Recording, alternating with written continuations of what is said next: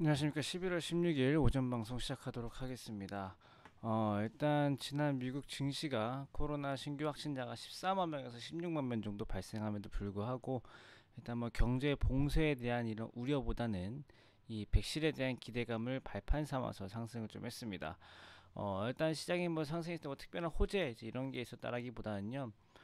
저기 백신에 대한 이슈를 전반적으로 이제 이어간 상황 정도였는데, 일단 이 백신에 대해서 투자은행들의 여러 가지 보고서가 나오기도 했습니다. 일단 골드만삭스, JP모건, 그다음에 스위스인 UBS 이렇게 세 가지 정도의 은행이 주요한 중요한 레포트들이 있었는데, 일단 골드만삭스랑 JP모건의 특징은 1월 달에 백신이 출시될 거라는 거는 뭐 거의 기정사실화된 전망치를 내놓았습니다.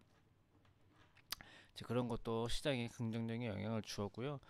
왜냐하면 1월 달부터 백신이 출시된다라고 하면 앞으로 나타날 미국 경제에 대한 보고서를 나타냈는데, 그리고 JP모건도 마찬가지로 이런 백신 이슈가 뭐 당장 백신이 나타나지 않더라도 이런 백신 이슈는 코로나 신규 확진자 수를 에 대한 이슈를 덮어버릴 것이다. 이제 이런 보고서를 발표하기도 했습니다.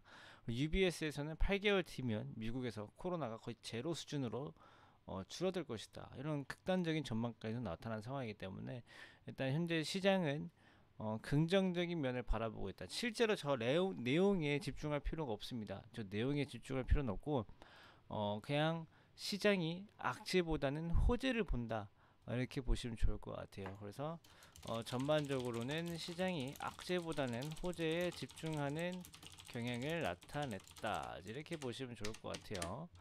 그 다음에 이제 오늘뿐만 아니라 이번 주 우리나라 지수 전체적으로 보면요. 일단 지난주에 우리 증시가 강했죠.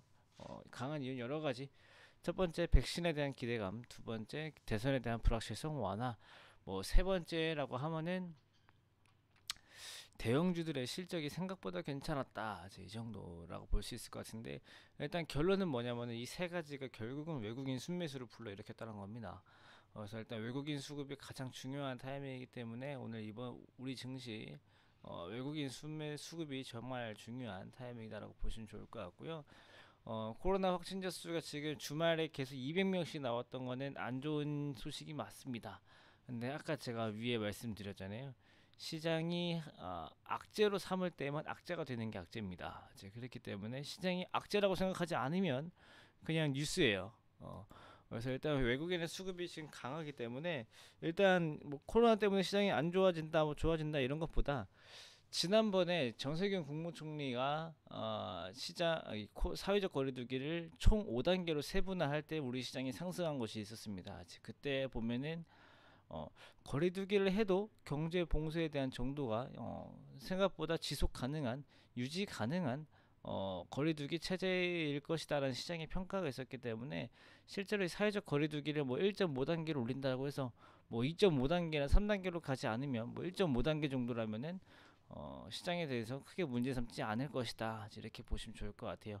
그 다음에 요즘 외국인 수급 들어오고 있는데 가장 중요한 건 역시 달러 약세죠. 달러 약세도 미국의 주요 투자은행들이 5년간 15% 이상의 추가 인하 달러 약세를 전망하고 있습니다. 그렇기 때문에 이 점도 외국인 수급에 긍정적인 영향을 줄 수 있기 때문에 또 이제 업종별로 본다라고 하면 역시 반도체가 가장 유리하다. 뭐 삼성전자 사라는 얘기 아닙니다.